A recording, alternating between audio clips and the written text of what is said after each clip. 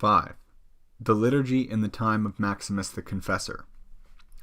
In the 2 centuries that followed Chrysostom's occupation of the See of Constantinople, a number of developments took place in the celebration of the liturgy in the capital.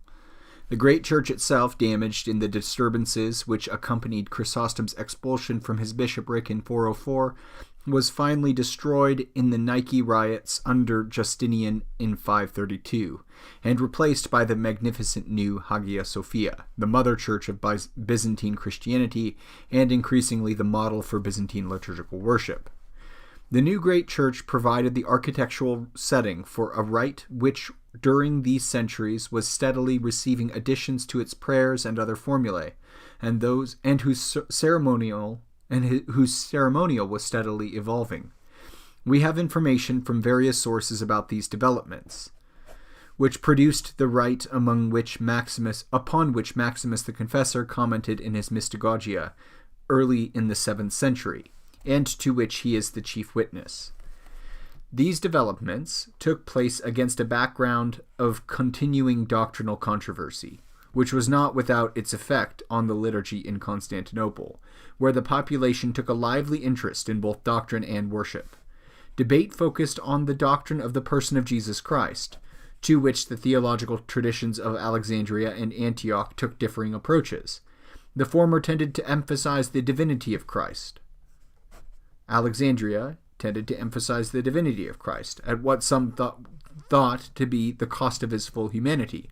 The latter so emphasized the completeness of his humanity, that the latter, meaning Antioch, emphasized the completeness of his humanity, that for others there was a less than perfect union of the two natures in the person of Jesus Christ. Early in the 5th century, Nestorius, Patriarch of Constantinople, doubted the appropriateness of calling Mary Theotokos, or Mother of God. As an Antiochene,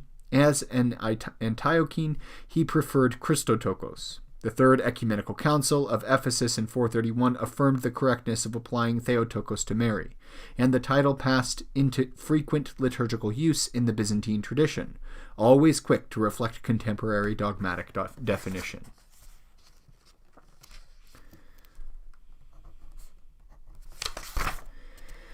The definition of the Fourth Ecumenical Council of Calcedon in 451, proclaiming the union of the divine and human natures in the one person of Jesus Christ, was an attempt to reconcile the Alexandrian and Antiochene traditions of Christianity. For political as well as doctrinal reasons, the definition was unacceptable to those who eventually came to be called Monophysite on the one side and Nestorian on the other. Meanwhile, in the latter part of the 5th century, Monophysite tendencies were influential throughout the eastern part of the Church and found imperial support. The accession of the Emperor Justin in 518 put a stop to this trend. The 4 ecumenical councils were included in the diptychs read at the liturgy, and the names of the recent Monophysite patriarchs of the capital removed. Under Justinian, a policy designed to reconcile the Monophysites to the Calcedonian orthodoxy was pursued. Leontius of Byzantium elaborated the view that while the humanity of Christ had no hypostasis, or center of personal being of its own, it found its center in the hypostasis of the divine word. It was enhypostatic. The 5th Ecumenical Council of Constantinople in 553 gave its authority to Leontius's teaching. At the same time, it condemned aspects of the teaching of Theodore of Mopsuestia, Theodoret, and Ibas of Edessa, whose followers had protested against Leontius's doctrine, and so finally divided the East Syrian churches of Persian Mesopotamia from the Byzantine Church. Their church of the East was called Nestorian by the Orthodox. At the same time, Monophysites began to form separate churches, both within the empire and outside its frontiers. The independent existence of the Coptic and Syrian churches dates from this period. The imperial authorities attempted to find a basis for reconciliation by suggesting that, though there may be two natures, there is only one energy in Christ, both human and divine. But monoenergism was unacceptable to the strict Chalcedonians. Meanwhile, he spent some time in Rome, where he helped to formulate the doctrine of two operations and wills. Two wills and two operations in Christ, which eventually received the approval of the Sixth Ecumenical Council of Constantinople in 680 to 81. Justinian's Church of the Holy Wisdom.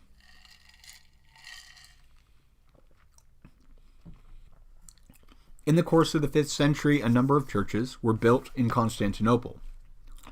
Sufficient has been discovered by archaeologists, about 3 of them, to provide some idea of their interior layout. Their general plan was similar to that of the original 4th century Hagia Sophia. The 6th century saw the extensive building program of the Emperor Justinian, which included in the city a large number of churches in addition to the masterpiece of the new Hagia Sophia. Enough of them have survived to enable us to form a reasonably good idea of the setting in which the liturgy was celebrated in Justinian's time, and for several centuries after. Some were built in the basilican style. Others were of a new centrally planned type, whose domed central space was surrounded by ambulatories and galleries. Some, like Hagia Sophia itself, combined a central dome with a rectangular ground plan. St. Sergius and St. Bacchus, still standing, though used as a mosque, has an octagonal nave surrounded on most sides by an ambulatory below and galleries above. To the east, the sanctuary extends from the nave into a semicircular apse. It closely resembles the church of San Vitale in Ravenna.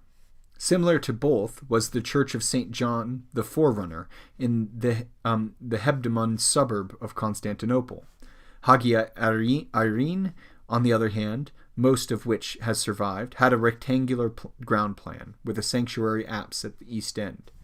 The 6 stone benches of its synthronon are still in place in the apse. As in Hagia Sophia, the central portion of the nave is covered by an immense dome. Like most of the Constantinopolitan churches, it had a narthex at the west end, which was entered from an atrium. It was the new Hagia Sophia that dominated not only the city but the whole Eastern Empire.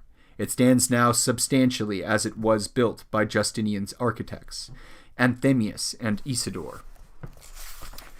To the west of the church was an atrium, which survived into the 17th century but had largely disappeared 2 centuries later. It was entered through large doors in the north and south sides and had an arcade running round 3 sides. The 4th side was the outer narthex of the church. In the middle of the open courtyard stood a large marble fountain. It seems that the church had open courtyards on its other sides too, which enabled the light to penetrate unhindered into the building, and also provided space for people to gather. From the atrium, 5 doors led into the outer narthex, 3 in the center, 1 at either end. The remaining 4 bays were filled with windows. A similar pattern of doors leads into the inner narthex, from which 9 doors give access to the church itself. From the inner narthex, 2 doors, 2 to north and south, lead into vestibules, 1 at each end, from which a large door opens onto the ramp which leads to the galleries above. The northern vestibule is a later Turkish addition.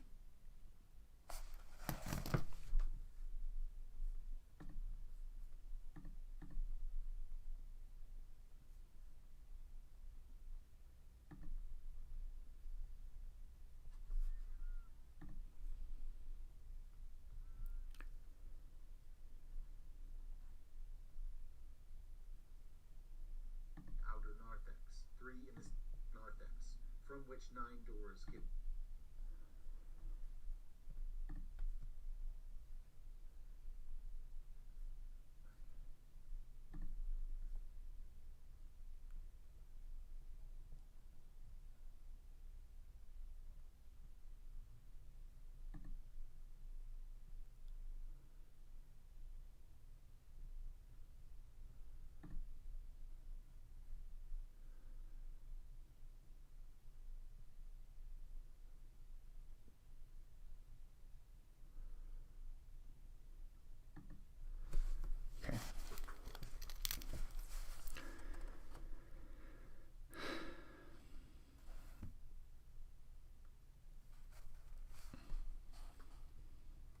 The northern vestibule is a later Turkish addition. The southern vestibule, too, was probably an addition, though made before the 8th century. Originally, the inner narthex, and the ramps as well, were approached directly from outside. It seems that to begin with, there were also ramps at the northeast and southeast corners of the church.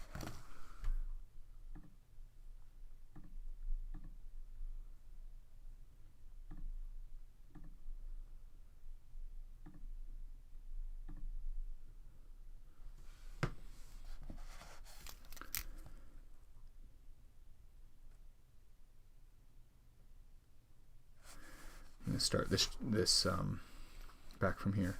The northern vestibule is a later Turkish addition. The southern vestibule, too, was probably an addition, though made before the 8th century. Originally, the inner narthex, and the ramps as well, were approached directly from outside. It seems that to begin with, there were also ramps at the northeast and southeast corners of the church, so that the galleries had 4 means of access, all approached from outside the building. A 5th stair was subsequently built outside the southwest pier, giving access to a section of the south gallery that was separated from the rest by a barrier. Further entrances into the church were provided in the north and south walls, and also on the east side, on either side of the sanctuary apse. It is important to realize that there was only one apse at the east end of Hagia Sophia. There was no smaller flanking apse of the kind that later became standard in Byzantine church design and served as a diaconicon and prothesis. The central nave, rectangular in shape and covered by the huge central dome and the 2 supporting semi-domes, is flanked to north and south by aisles and galleries, each divided into 3 large bays by arches. The aisles open directly into the nave along the whole of their length. A section of the south aisle was originally screened by the barriers to protect the emperor's box. Although the new great church incorporated new architectural features, its layout was basically conservative and resembled that of earlier churches in the city. Not a great deal of evidence remains for reconstructing the arrangements of the sanctuary, which was restored 3 times before its final destruction by the Turks. From the description given by Paul the Silentiary after its restoration following the collapse of the dome in 558, some impressions of it can be built up. Round the apse the synthronon rose in 7 steps. Only the topmost bench was intended as seating, and its seats were of silver. The altar had a base, columns, and top all of gold, ornamented with precious stones. It was surmounted by a silver ciborium. Its precise place is unknown. It may have been forward of the chord of the apse, for the sanctuary platform almost certainly projected beyond the apse into the nave.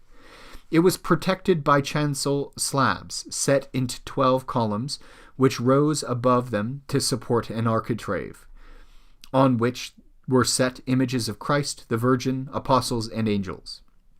There were 3 entrances to the sanctuary, 1 in the center and 1 on each side. From a little in front of the central entrance, a salia, with low barriers, led to the great ambo, set in the middle of the nave, a little to the east of the center. Its oval platform rested on 8 columns and was large enough for the cantors to be stationed beneath it. Steps led up to it from east and west. The whole structure was closed by 8 columns bearing an architrave, with chancel barriers between them.